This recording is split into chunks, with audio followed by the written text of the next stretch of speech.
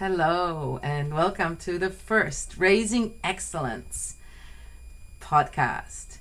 We're here with most of our team. We have 5 of us who have joined us today for this introductory podcast. And this format will be a little bit different. What we're going to do is introduce each other and tell you guys why we're starting this project and what it means to us.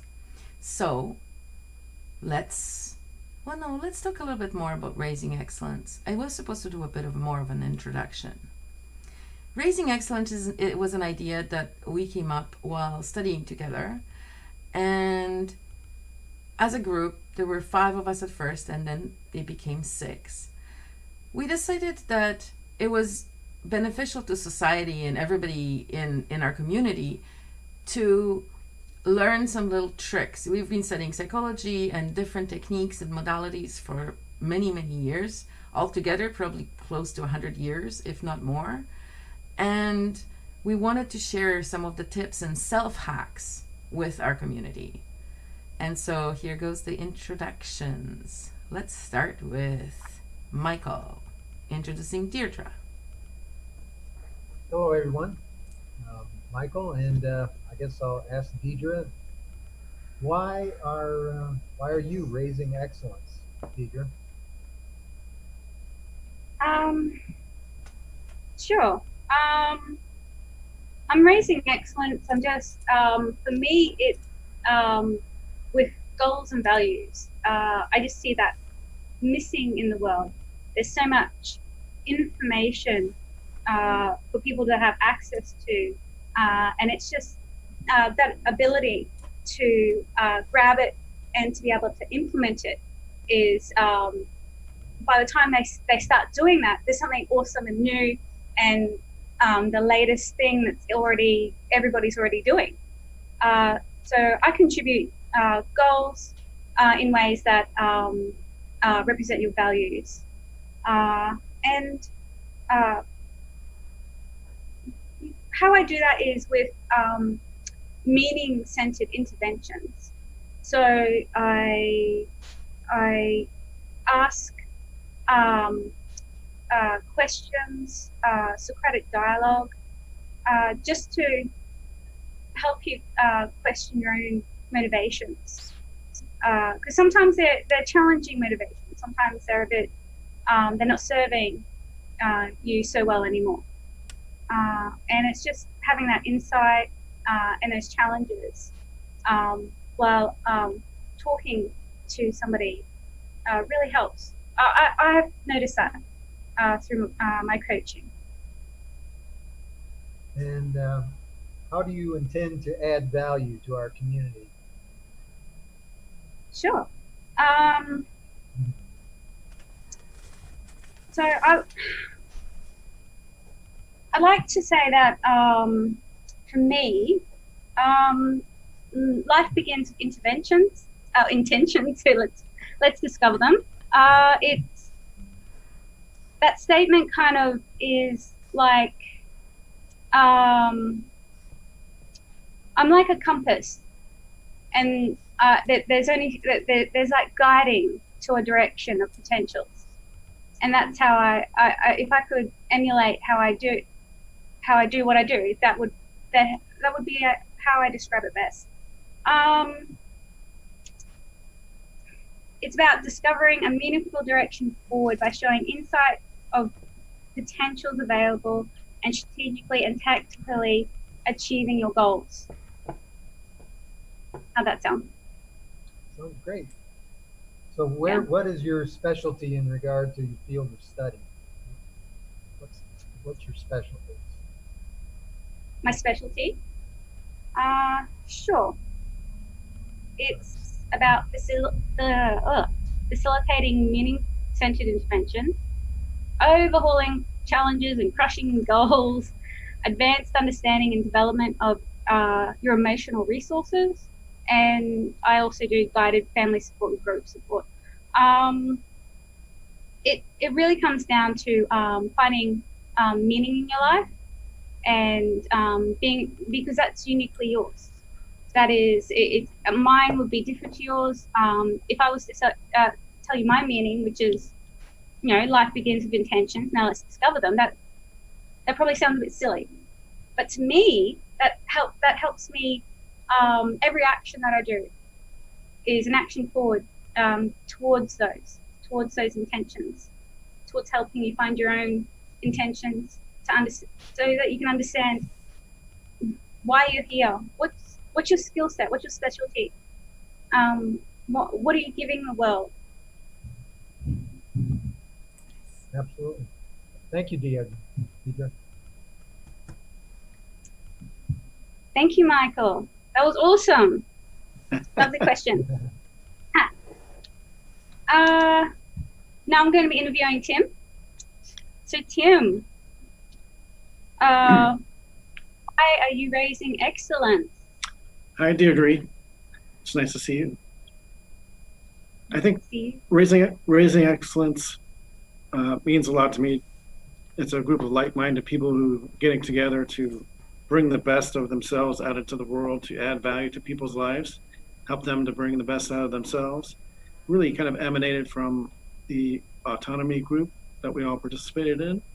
And I think what we learned was that we have a lot of interesting and complex knowledge that we can put out into the world. And there's no reason to really hold back. So raising excellence to me means bringing that out into the world and helping other people bring that out of themselves. Oh, that's lovely. Okay. How do you intend to add value? Well, that's a very good question. I had to think about that a little bit. And I consider kind of the information that I bring to the group to add value through writing, podcasting, coaching, mentoring, doing career coaching, performance coaching, and then just helping people be the best that they can be and adding value into raising excellence by producing rather than consuming. I think we all, we spend a lot of time consuming, whether it be media or television or YouTube or whatever it is. We do a lot of consumption. Now it's our time to produce for other people. That's lovely. I like that. You're adding ultimate value, aren't you? That's the intention. That's the intention. Okay. Do you specialize in any particular area of study? Well, that's a tough question because I'm very curious and have a lot of interests and a lot of areas of study. I'm really into history and philosophy and psychology, interpersonal communication.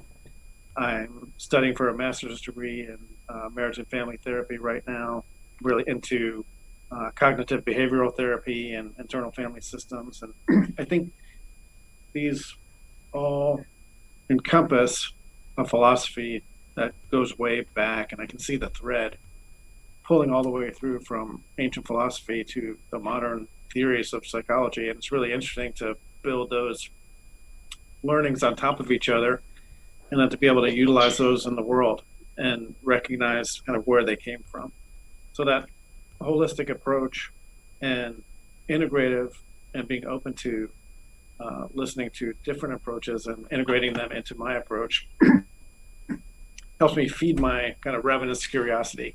And that makes it a little more difficult to produce rather than consume, but synthesizing all of that information and being able to put it back to people is very helpful. And the one thing that I found through the Autonomy group and talking with people like yourself and getting to know yourself and building relationships with people that we trust is that we can kind of talk through things that help clarify the information for us. So being kind of a severe introvert previously, and then being able to talk through our theories with other people that we know and trust really and get commentary and then bounce things off and then be wrong and then make corrections and go through different thought processes has a significant value. So I'm hoping that we can bring that, bring more introverts out into our space. That's lovely. Thank you for sharing, Tim. Thank you, Deirdre. Nice to see you. Okay, who is up next? Sam. That would Willow. be me. Willow. It's nice to see you. It's nice to see you too. So Willow, why are you raising excellence? Well, I chose a very simple explanation. What I wrote was, because like with anything of value, one must cultivate an adequate environment in which it can grow. And I think there's a lot of people out there who never had an environment, like you were just saying, to fail and be wrong and correct their mistakes and survive through it. A lot of people are still stuck in that fear mode, and hopefully I can create an environment where it's safe to learn again. Yeah, that's really nice. And so what type of value would you like to bring to the community? I want to help build a bridge of communication, specifically between those suffering from unresolved trauma and people who have never experienced these struggles. It gets really confusing to explain something that you don't understand, and it causes a lot of problems and a lot more undue stress more stress than necessary. So I hope to try and like shed some light on the biology of trauma, what happens, and so that the people who are suffering from it can better explain to the people who care about them and love them and want the best for them. So minimizing suffering in the world then. Yes, ultimately. I like that. And then is there any particular field of study that you specialize in or that you're going to work in? Specifically, trauma, the biology of trauma, helping clients overcome the strange everyday situations. And, I draw from my own personal experiences, a general interest in psychology. And like you, I really am interested in the internal family system and cognitive behavior therapy. Hopefully I can get more specific or just gain a whole bunch of different knowledge. Well, I've really enjoyed our discussions on internal family systems together, and I know you bring a wealth of knowledge to the group, so I really appreciate that.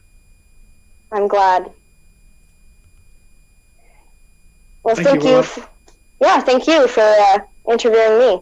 I think we have Agnieszka next. Yes, thank you very much. But before I start with my interview, I just want to say apologies to Tim, because I totally messed up with the name tag.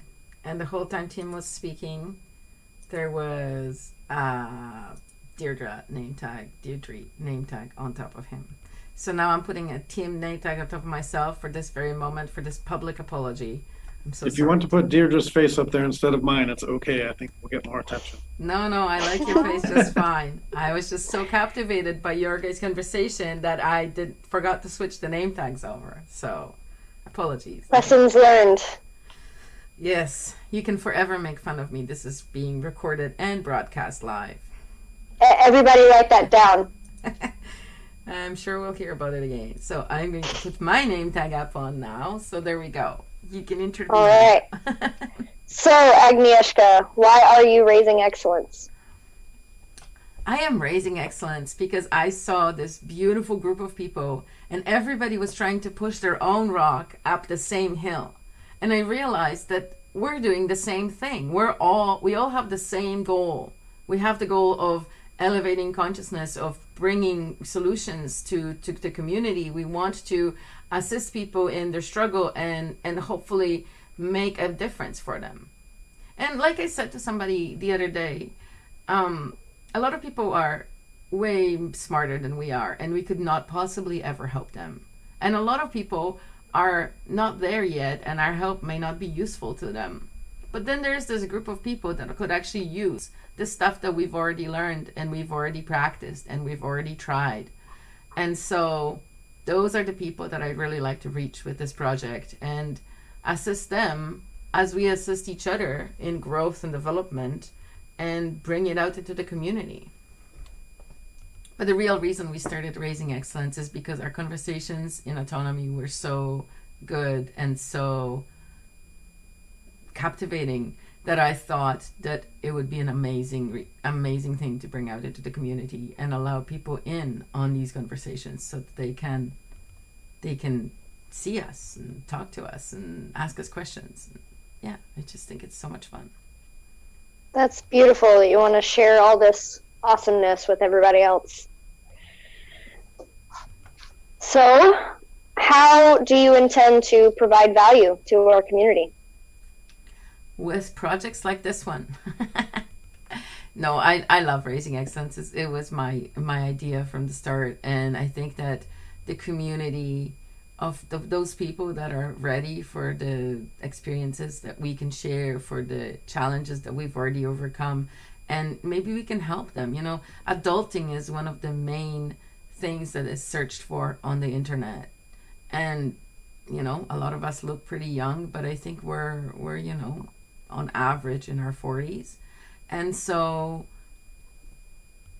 maybe we have some experience, maybe we can share something with the community, or maybe we have some ideas. And also, we're still overcoming our own challenges right now, and I'm really excited about all the plans that we have to share that journey with our community. Awesome. What is your specialty? My specialty, well, like Tim, I'm a curious person. I've taken a lot of different courses, and I've read a lot of books. My main interest would be psychology and philosophy and history, but psychology in that I really, really enjoy reaching out to people who maybe have a problem, or maybe are thinking about this, like, you know, are cornered in their own corner, and sometimes when it's in your own head, it's so hard to see a way out. And just giving that person a hand, you know, showing them a slightly different perspective, or creating a slightly different reality for them. And that suddenly can resolve a lot of stuck energy, a lot of stuck hurt and emotional baggage that people tend to have. My education is, I'm a psychosomatic therapist, a master psychosomatic therapist. That was from the Australasian Institute of Psychosomatic Therapy and Body-Mind Analysis. I think now it's called the Psychosomatic Therapy College, or Psychosomatic College, something like that. They've rebranded recently. And I've also studied with Carol Friesen, who is a psychosomatic therapist and body language expert. I think she's the psychosomatic therapy expert for North America and South America now. And I'm also a transformational coach. So that's just the education that I bring in. But there's a lot of other, you know, thoughts and ideas and things that I would love to share with the community. Well, I can't wait to collaborate with you and your numerous skills. Yeah, so thanks for letting me interview you today. Thank you. And we have one member missing. He is on a trip to Jamaica, doing a documentary about the amazing things that he's achieved in his years of living in Jamaica. He actually doesn't live in Jamaica right now anymore, but because his accomplishments were so amazing, he is featured in a documentary, which is very exciting, and we wish him all the best. And he should be back in a couple days, so you might still meet him this week, and if not, definitely next week. And his name is Dennis Eckert. He's our health and nutrition specialist. He's also a capoeira instructor, and the project that he was doing in Jamaica was bringing capoeira to underprivileged youth. So that was very, very cool, and he made a big difference in the community for all the years he lived there. So we're looking forward to seeing Mike here. Now, for the next couple of weeks, we have a nice list of shows set up for you guys. What we're going to do is we're going to broadcast 3 times a week, Monday, Wednesday, and Thursday. In Australia, where D is, that will be Tuesday, Thursday, and Friday. But we can't. We're all in all these different time zones. Dennis is in Germany. D is in Australia. Tim is in Texas. Mike is in Mexico, and I'm in Canada. And we all came together in an online school, and we brought all our strength together and all our resources together to bring this show to you guys. And with the theme for the next 2 weeks, I didn't tell you guys the theme for the next 2 weeks. The theme for the next 2 weeks is, oh, what was it? Overtaking Christmas? No. Taking Christmas without suffering. Enjoying Christmas without baggage. Yes. I'm sure I said it wrong because I had the sentence written, but not on this piece of paper. So truly have a Merry Christmas. yeah, how to truly have a Merry Christmas. Decorations not included. So who's going to interview Mike? That's the question. Did we forget Mike? Oh, we went to No, full we didn't circle. forget him. He's just We went to full Just took a break. circle, and then there was no first. Who's maybe Tim? You should interview Mike. I've been talking too much. I'm happy to interview Mike. You're very good at this. So, Mike, Oh, why hang on. are you raising excellence? Thank you, Tim. I appreciate you asking. I would say that I think the ultimate idea of excellence is really raising our consciousness and getting to that self-actualization, and that's what I would really say is that I'd like to introduce as many people to that level of understanding about what the higher consciousness brings, because that is really where the love, the joy, really the getting the most out of life and really getting the most out of our lives and in the energy that we can bring. Because I tend to believe that most people are the potential, or what they believe is their potential, is so small in regard to what their real potential is. Yep. That it's immense, and just kind of getting themselves out of the swamp that is what society presents to them is, just peaking above that is, I think really going to bring about a great deal of change in the world. And I think, what the modern world has represented in regard to all of human history is just a glimmer of what's possible. We're just starting to understand what our potential is, and we've got so much more to go. So I really like that, Mike. And I like the idea of expanding consciousness, raising the level of human interaction, and showing people that they can do and be more than they thought they could or even thought about. So what are some of the methods that you use to bring that higher consciousness to people that you interact with and that you'll be interacting with in the group? Well, I've kind of developed my own little method or study or course, which I call ethical emergence. It's kind of based on a lot of work that Bob Podolsky did in regard to soul bonding and idea of octalog, which is kind of a different way of organizing in a kind of a peer-to-peer system rather than a hierarchy. And it is something that's kind of, it takes some understanding to get to that point. And so that's what kind of ethical emergence started out as. But for me, it's kind of a combination of my own experience, my own understanding, my own study, and similar to you guys, I'm a very curious person. I read a lot. I'm interested in philosophy and psychology and all those type of things, history. But there's that entrepreneurial angle and realizing value and people's potential, and I think that's something that I think everybody could really bring more value, and we can help each other by recognizing that value in each other, as well as recognizing the harm that we do to ourselves and the harm that we may do to other people that we just don't recognize.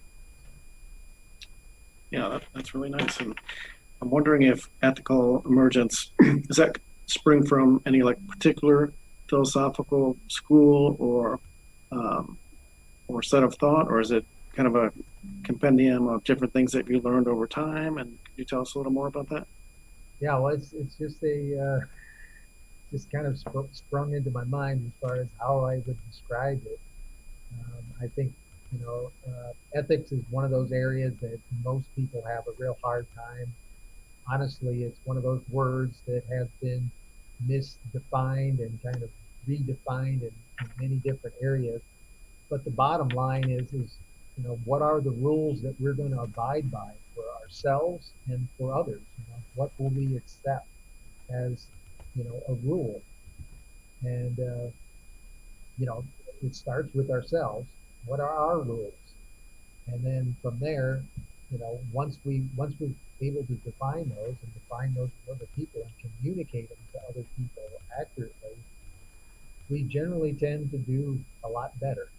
And so that's kind of where it comes from. But then emerging out of that, I think we can really kind of evolve ourselves into much greater beings and people and communities of people. Very good, Mike. I really like that. Thanks for sharing that with us. My pleasure. Thank you, Tom. And thank you, everybody, for inviting me into this group. I'm excited, very excited.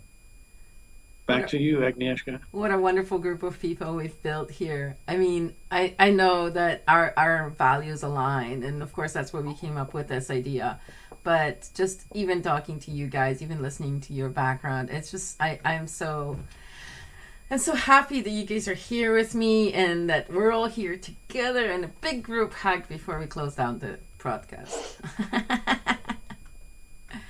Does anybody have anything to add before we let the people know that the next show is on Wednesday and we'll be talking about Christmas and overcoming the challenge of all the negative parts of Christmas, like commercialization and loneliness and annoying family members? We don't have any of those. That's reality. That's what Christmas counts with. Never mind the overeating and the over drinking and all the other things. Those are actually not as bad as like commercialization and annoying family members. Overexposure. And you know what else? The question is why. You know what else? It's that thing. We're all trying, like, well, not we're all, because I'm not speaking for other people, but I find that people tend to try to recapture that lost Christmas of their youth, back when it was magical and they still believed in Santa and everything was beautiful and they got the best presents, and they all want to go back to that one year when it was the best. They don't want to go back to every year. Some years were crappy, but we tend to come up with this idealistic idea of what Christmas is and try to recapture it. But what we should be recapturing is the present moment. Look at this beautiful group of people. It's amazing. So. And that's what happens when you're not able to live in the present moment, is you constantly chase. It's like chasing the dragon. You're chasing the high of what it felt like to have a holiday that was comfortable and enjoyable and you felt okay. Yeah. By the way, you guys, we got our first comment. This is a momentous event. Yes. Let's read it. One of my clients just wrote in, I believe that's Facebook, and she said, I look forward to the next show.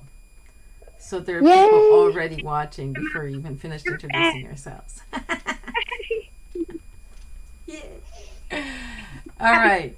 So why don't we close this fun thing down, and we'll reconvene on Wednesday with a lively discussion. Everybody complete? Does anybody have something to add? Thank you, everybody, and I'm having so much fun. All right. Until next time. I'm just going to play the intro again, and then we'll stop broadcasting.